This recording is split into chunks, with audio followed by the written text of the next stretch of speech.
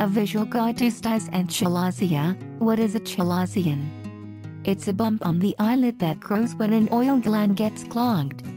Unlike a stye, it's usually painless and feels rubbery. What causes a stye?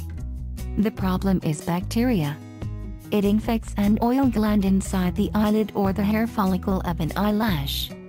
Those germs can come from anything that touches or rubs your eyes, like your hands or eye makeup. You may tend to get more styes during allergy season when eyes get itchy.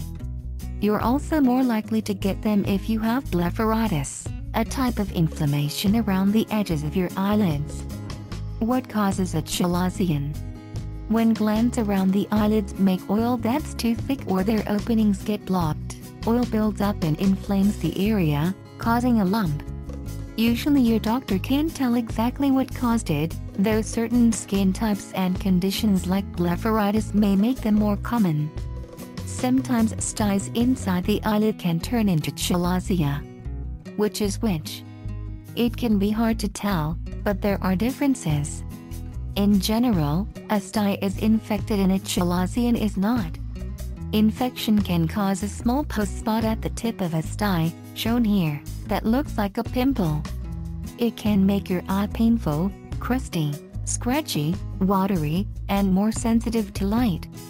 It may even make your whole eyelid swell. A Chalazion usually doesn't hurt and may make the eyelid swell early on, but you may not even notice it at first. Don't try to pop them. A stye can look very much like a pimple. That may tempt you to squeeze it until it pops.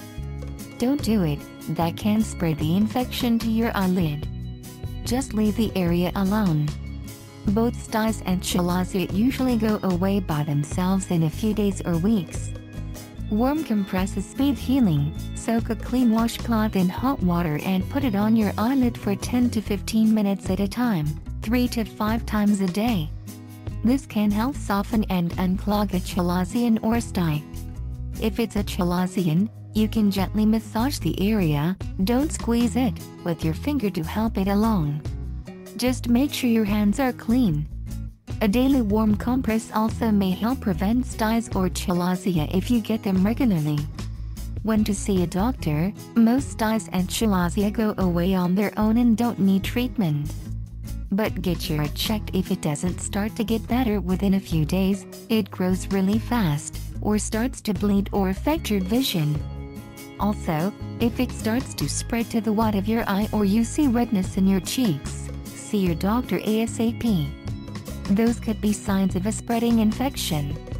At the doctor, your doctor can usually diagnose a stye or Chalazion just by looking at your eye, sometimes under a light with magnification.